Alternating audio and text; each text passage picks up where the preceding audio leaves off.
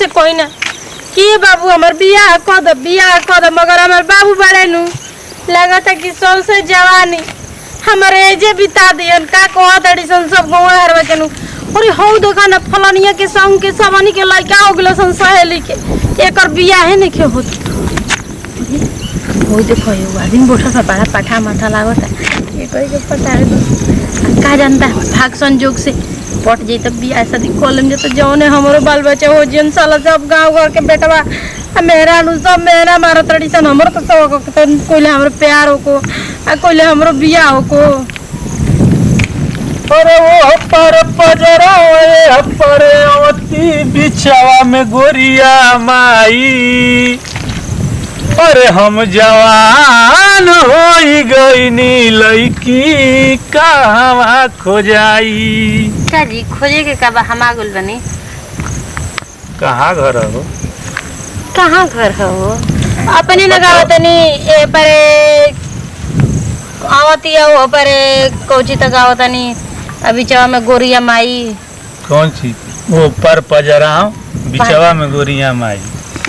पजरा अच्छा लड़की कहवा खोजे तो लड़की रे आगे अगल खोजे के का बा नहीं लड़की आ गईलू लेकिन हमारा खातिर नहीं खू ना किकरा खातिर बनी जी रवे खातिर तो गंगा पार होके आइल बनी रवा खातिर नदिया तैर कईलू का ना नहीं से आइल बनी नहीं चलतिया कहाँ ना चली लो अब गंगा में खत्म हो गल बड़ी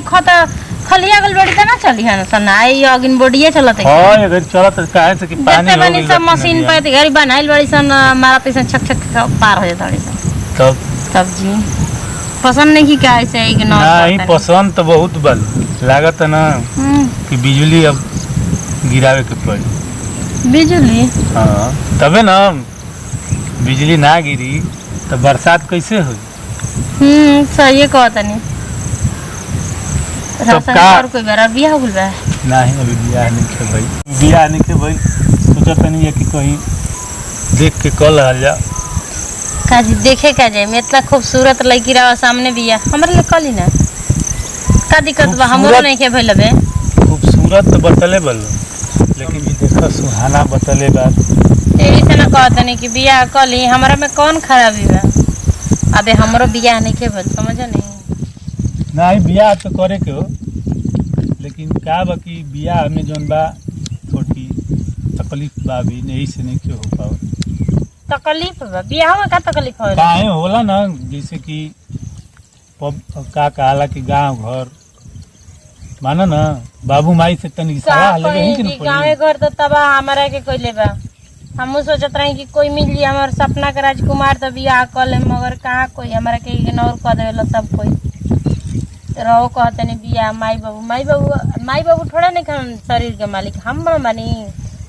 चाहे रहो बनी अपना शरीर के मालिक जाए दिन ना करम तो ठीक बा तब जाता नहीं ऐसा बात नहीं के बैठ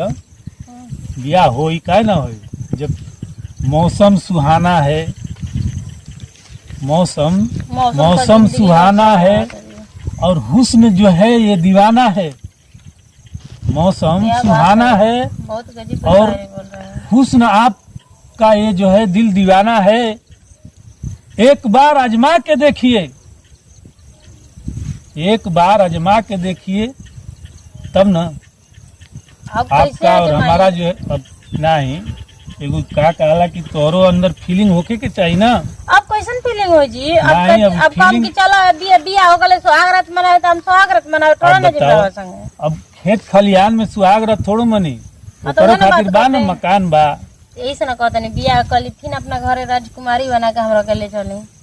तो मन बा कहता नहीं कि होइसे ना होइसे तो मन बा मने करावा भी रिया गुलनी रवा गाना गावत नहीं रवा के देखलन त हमरा दिल में रवा चू छा गुलनी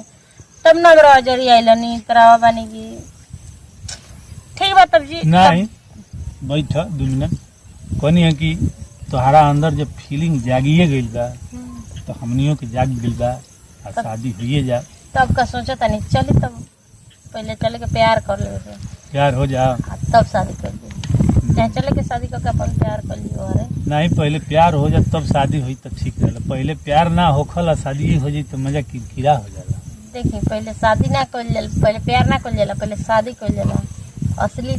धर्म हटे अरे पहले तो हमनी के समाज में, पहले धर्म है। पहले अभी आदमी प्यार काहे के करते, प्यार कैसे?